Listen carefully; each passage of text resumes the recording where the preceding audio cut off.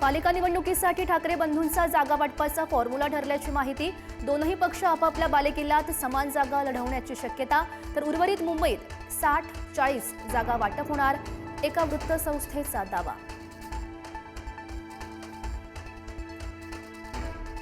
ठाकरे हा ब्रँड नाही, विचार आहे। तुमचा व्यापारी ब्रँड संपणार, पण आमचा मराठी ठाकरे विचार नाही। मनसे नेते संदीप देशपांडे यांचा भाजपावर निशाणा।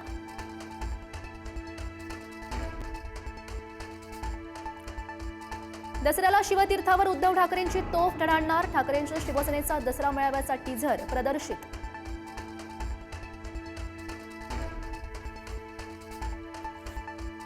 धनंजय मुंडेंकडून पुन्हा मंत्री होण्याची इच्छा व्यक्त। चुकलो तर कान धरा, पण रिकामं ठेवू नका। मुंडेंची प्रदेशाध्यक्ष सुनील तटकरे यांना भावनिक साथ, तर त्यांच्या विनंतीला मान देऊ उपमुख्यमंत्री अजित पवार यांचा सकारात्मक प्रतिसाद।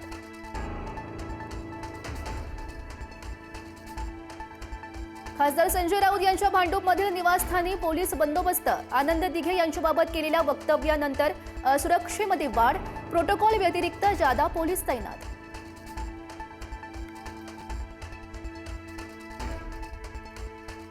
पाकिस्तानी क्रिकेटर साहिबजादा फरहानचं मिसाईल सेलिब्रेशन वादात। पहलगाम हल्ल्याची आठवण करून देत संजय राऊत यांची मोदी सरकार आणि बीसीसीआयवर टीका। शासकीय महामंडळ तोट्यामध्ये असल्याचं आकडेवारीतून समोर। राज्यातील तब्बल 43% महामंडळ तोट्यात, तर 9% महामंडळ ना नफा ना तोट्यामध्ये सुरू। 41 मंडळांना 50,000 कोटींपेक्षा अधिकचा तोटा। मराठा आरक्षण जीआर विरोधातील याचिकेवर सुनावणी घेण्यास नकार। मराठा बांधवांना कुणबी प्रमाणपत्र देण्याचा मार्ग सुलभ, तांत्रिक कारणांमुळे सुनावणीस नकार।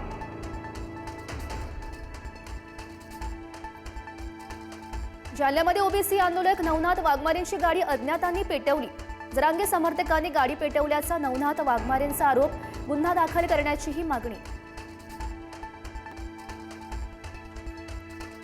जालन्यातील धनगर उपोषणाचा 6वा दिवस। धनगरांना एसटीमध्ये समावेश करण्याच्या मागणीसाठी दीपक बोऱ्हाडे यांचं आमरण उपोषण आणि आंदोलनाला पाठिंबा सुद्धा वाढला। गोपीचंद पडळकरांच्या वक्तव्याविरोधात सांगलीमध्ये शरद पवार यांच्या राष्ट्रवादीचा मोर्चा। महाराष्ट्राची राजकीय संस्कृती खराब करणाऱ्यांना भाजपा नेतृत्व प्रोत्साहन देतंय का? रोहित पाटील यांचा सवाल। कर्जमाफीसाठी बच्चू कडू आता आरपारच्या भूमिकेत। 28 ऑक्टोबरला बच्चू कडू बेमुदत आंदोलन करण्यावर ठाम। नागपूर, मुंबई किंवा नांदेड यापैकी एका ठिकाणी हे आंदोलन होणार।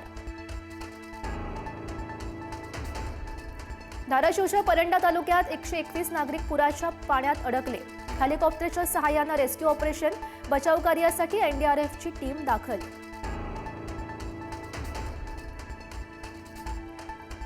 राज्यामध्ये पावसाचा धुमाकूळ। मुसळधार पावसामुळे नदी नाले दुथडी भरून नद्यांचं पाणी शेतामध्ये शिरल्यानं मोठं नुकसान। शेतकऱ्यांच्या हातातोंडाशी आलेला घास हिरावला। संभाजीनगरला तुफान पावसानं झोडपलं। पैठण, कन्नड, गंगापूर, वैजापूर, सिल्लोड आणि सोयगाव परिसरात जोरदार पाऊस। कन्नड तालुक्यातील सावरगाव परिसरात ढगफुटी सदृश्य पाऊस।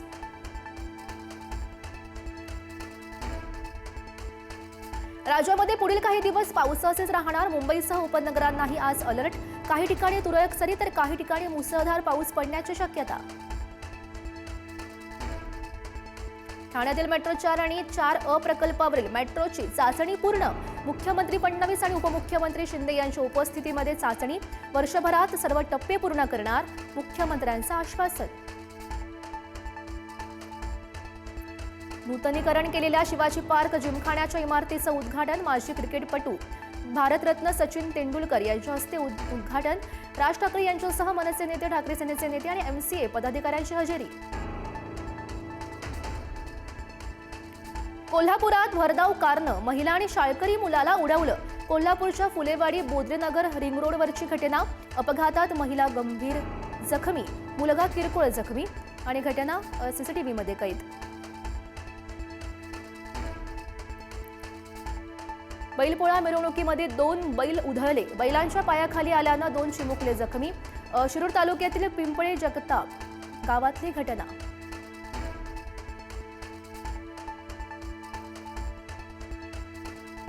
तर उत्तर प्रदेशमध्ये जात आधारित रॅलीवर बंदी, सरकारी कागदपत्रांमधून सुद्धा हटवणार जातीचा कॉलम, FIR मध्ये सुद्धा आता दिसणार नाही जात, जातीय भेदभाव संपवण्यासाठी योगी सरकारचं मोठं पाऊल.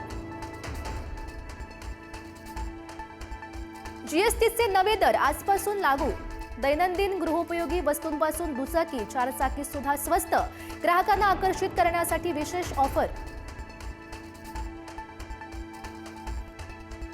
तर आजपासून नवरात्रोत्सवाला सुरुवात, देवीच्या स्वागतासाठी मंडप सजले आणि मंदिरांमध्ये भक्तांची मोठी रांग.